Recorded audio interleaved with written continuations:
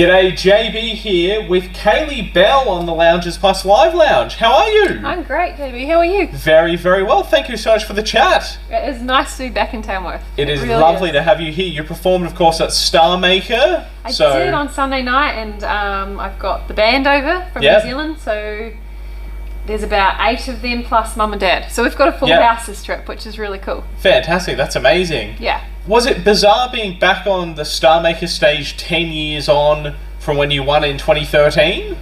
It's bizarre that it's been 10 years. I know. I'm like, what have I been doing? Like, seriously, like, we've been very busy. Oh man, it's crazy. It's like, it's a good thing of like how this industry is a marathon. You know, like I remember winning Star Maker and just wanting everything to happen straight away, and it's like, no, it's going to take 10 years, and you're like, really? But it genuinely has taken 10 years for me to feel like I'm in a place now where it's like I feel like things are moving, and it's really great. But yeah, it was so lovely to be back with Star Maker, and they're like a family now. You know, it's like it's so amazing to be part of that history.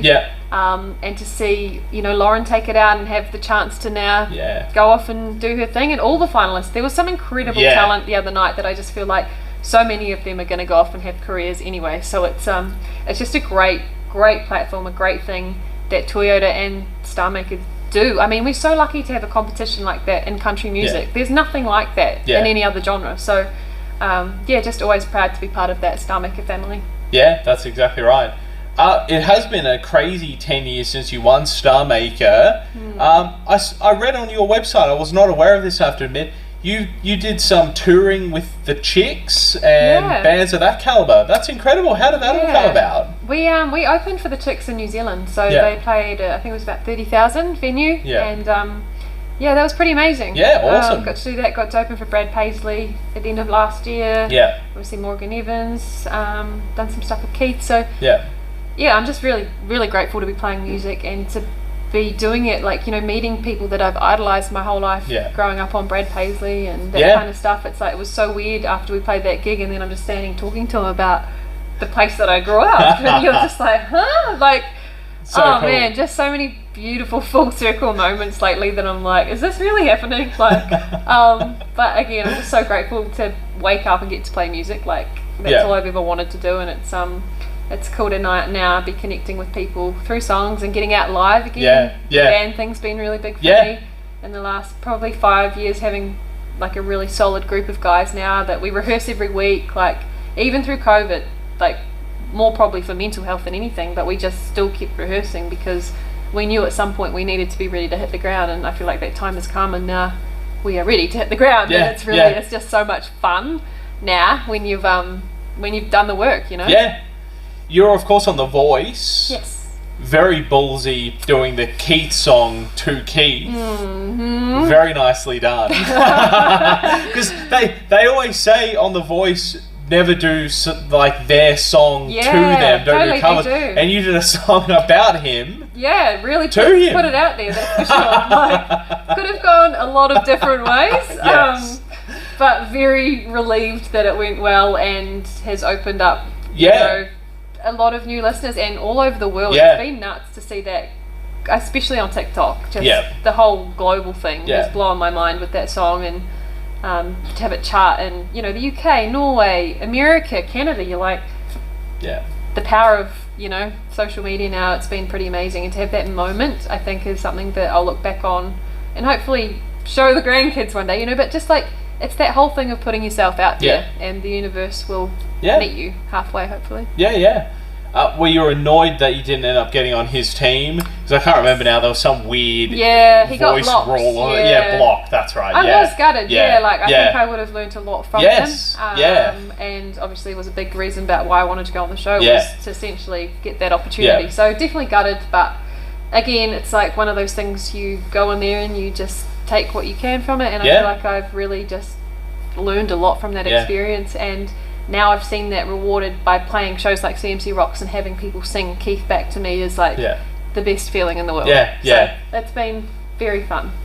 Lots of pinch me moments, it seems like, with like what you said before with Brad Paisley, that stuff with CMC. That's awesome. Yeah, the last 6 months have particularly been crazy since the show's aired, and putting out a lot of new music, and a lot more to come this year, which is cool. And we've got some really big stuff happening in the next couple of weeks, actually, which I can't wait for. It's going to be huge as well. So I just feel like we've kind of, it's been a long time coming, but I feel like I always am big on goal setting and achieving things, and it's nice when you slowly see some of those things starting to tick themselves off.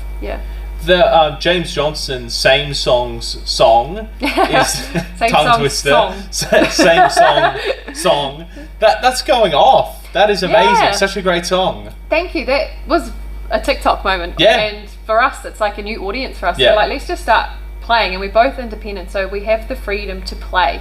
Which is so fun, and it makes making music just even that more joyous, knowing that if I write a song today that I like, I can put it out in a month's time, and there's nothing stopping me from doing that, and it goes directly to the fans, and there's not all these barriers. And the same with James. And so we wrote that on TikTok, we got the fans to help, then we literally put it out like a month later, and got to make a music video and play some shows, and it's just like, that's just so cool when it's that easy and feels that authentic and organic. It's like, I mean, we both have just had a ball this year working together and putting that song out to the world. Sensational. Where are you performing for the festival over the next couple of days? So Wednesday night we're at the Trek with James Johnston, Zach and George, DJ Bucks, and we have got a sold out show, which is amazing. First time for all of us playing at the Trek, and it's going to be a big show. We've got the visuals, we got the works. It's all there, so I can't wait to put that on. And again, have the band over. It's just so special for me.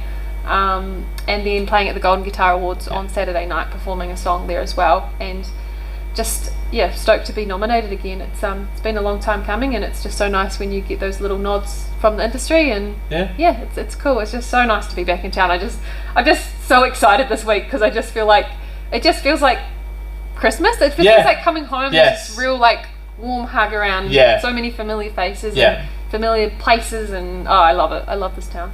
And the festival seems, so far, it's awesome. It seems like it just feels like it does. The festival. It does. And it's like the heat, all that you're like, I love complaining about it, because it's like, it's festival time. God, it's hot. Very true. It's a homely feeling. Universally complaining about the heat. That's it. One last question before you go. We're asking all the artists favourite chocolate. Oh. Favourite chocolate. Out of this little mix here? Out of that mix. This is tough, because I really like crunchies, but picnics have been a big favourite lately. I think picnics, this one. Picnics? Yeah. That's a go. I don't think we've had a vote for picnic yet, have we? No, I don't People are very on the fence about Turkish Delight, though. Yes, very much so. We've had crunchy, cherry ripe, dream, normal dairy milk, nice. But picnic. Yeah. Or can I do it in the Kiwi accent, can you please? Picnic. Oh, there we go. The picnic. The picnic. I love the picnic. Picnic. Sorry. It's too easy. It's got two eyes in it. It's meant to be said by a Kiwi. Love it. Hey, Kaylee, thank you so much for the chat. All the best. Thanks for having me. Thanks. Cheers.